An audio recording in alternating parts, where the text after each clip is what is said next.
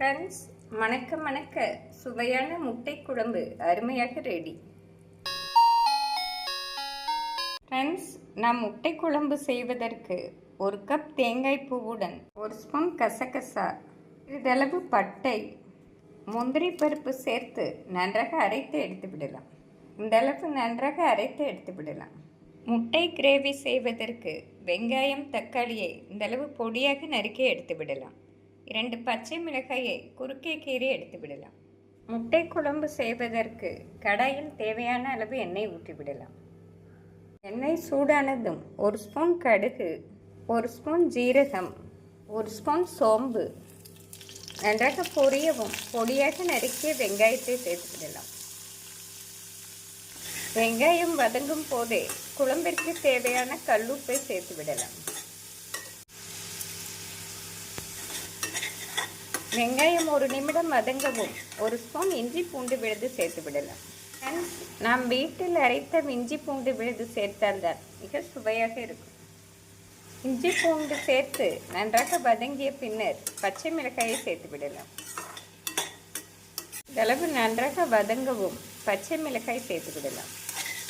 பச்சை மிளகாய் சேர்த்து 1 நிமிடம் வதக்கிய பின் பொடியாக நறுக்கிய தக்காளியை சேர்த்து விடலாம். ஃப்ரெண்ட்ஸ், வெங்காயம் இந்த அளவு நன்றாக வதங்கி வந்தால்தான் கிரேவி மிக சுவையாக இருக்கும். இந்த சமயம் நறுக்கிய தக்காளியை சேர்த்து விடலாம். நாம் பொடியாக நறுக்கி சேர்க்க வேண்டும். தக்காளி வெங்காயத்துடன் நன்றாக மசிந்து வரவும் மசாலாக்களை சேர்த்து விடலாம். ஃப்ரெண்ட்ஸ், வெங்காயம் தக்காளி இந்த அளவு நன்றாக வதங்கவும் மசாலாக்களை சேர்த்து விடலாம். 1 ஸ்பூன் மஞ்சள் பொடி, 1 ஸ்பூன் தனி வத்தல் பொடி, 1 ஸ்பூன் குழம்பு மசால் பொடி, 1 ஸ்பூன் கரம் மசாலா பொடி. ஃப்ரெண்ட்ஸ், மசாலாக்களை சேர்த்து மீடியம் ஃப்ளேமில் நன்றாக வதக்க வேண்டும்.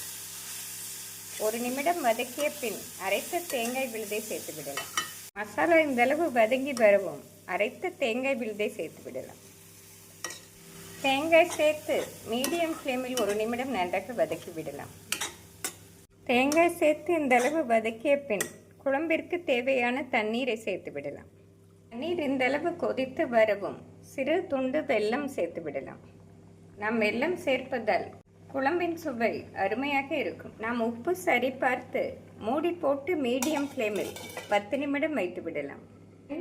10 நிமிடத்தில் குழம்பு இந்தளவு திக்காக வந்துவிடும். நாம் முட்டையை சேர்த்து விடலாம்.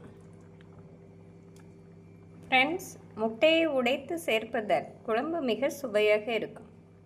முட்டை சேர்த்த பின் மூடி போட்டு மீடியம் ஃப்ளேமில் 5 நிமிடம் வைத்து விடலாம். ஃப்ரெண்ட்ஸ், 5 நிமிடத்தில் முட்டையை திருப்பி போட்டு விடலாம். மெதுவாக திருப்பி போட்டு விடலாம். திருப்பி போட்ட பின் மூடி போட்டு மீடியம் ஃப்ளேமில் 5 நிமிடம் வைத்து விடலாம். ஃப்ரெண்ட்ஸ், முட்டை நன்றாக வெந்து வந்து விட்டது.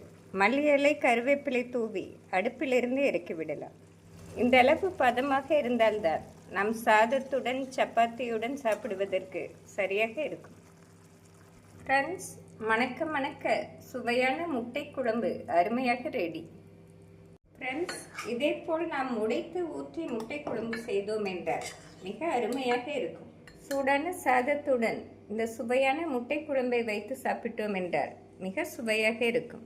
இதற்கு சைட் டிஷ்ஷாக அப்பளம் மட்டும் வைத்து சாப்பிட்டாலே மிக அருமையாக இருக்கும். ஃப்ரெண்ட்ஸ், சப்பாத்தி பூரிக்கும் சைட் டிஷ்ஷாக மிக அருமையாக இருக்கும். நம் சாதத்துடன் இந்த முட்டை குழம்பை பிரட்டி சாப்பிடும் பொழுது மிக அருமையாக இருக்கும்.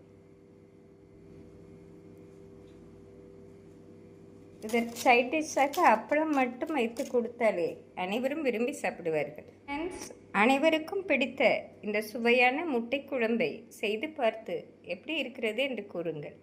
Thank you friends.